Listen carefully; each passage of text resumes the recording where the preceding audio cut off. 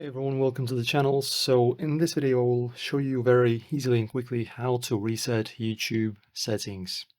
So on mobile, you just find the application in your application list, long press, go to the info, like that. And guys, the very easy method to reset the settings is to just clear all the data. So as you can see on the top bottom corner, on the bottom corner on the right, you will have a clear data cache. Clear all data in cache, sorry. I will actually clear the cache, haven't cleansed it in a long time. So guys, all right, it's cleansed.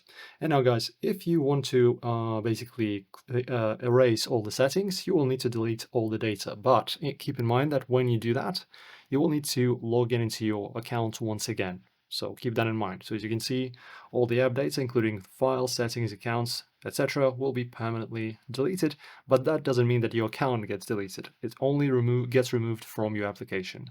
You just log back in, your settings get reset. All done, guys.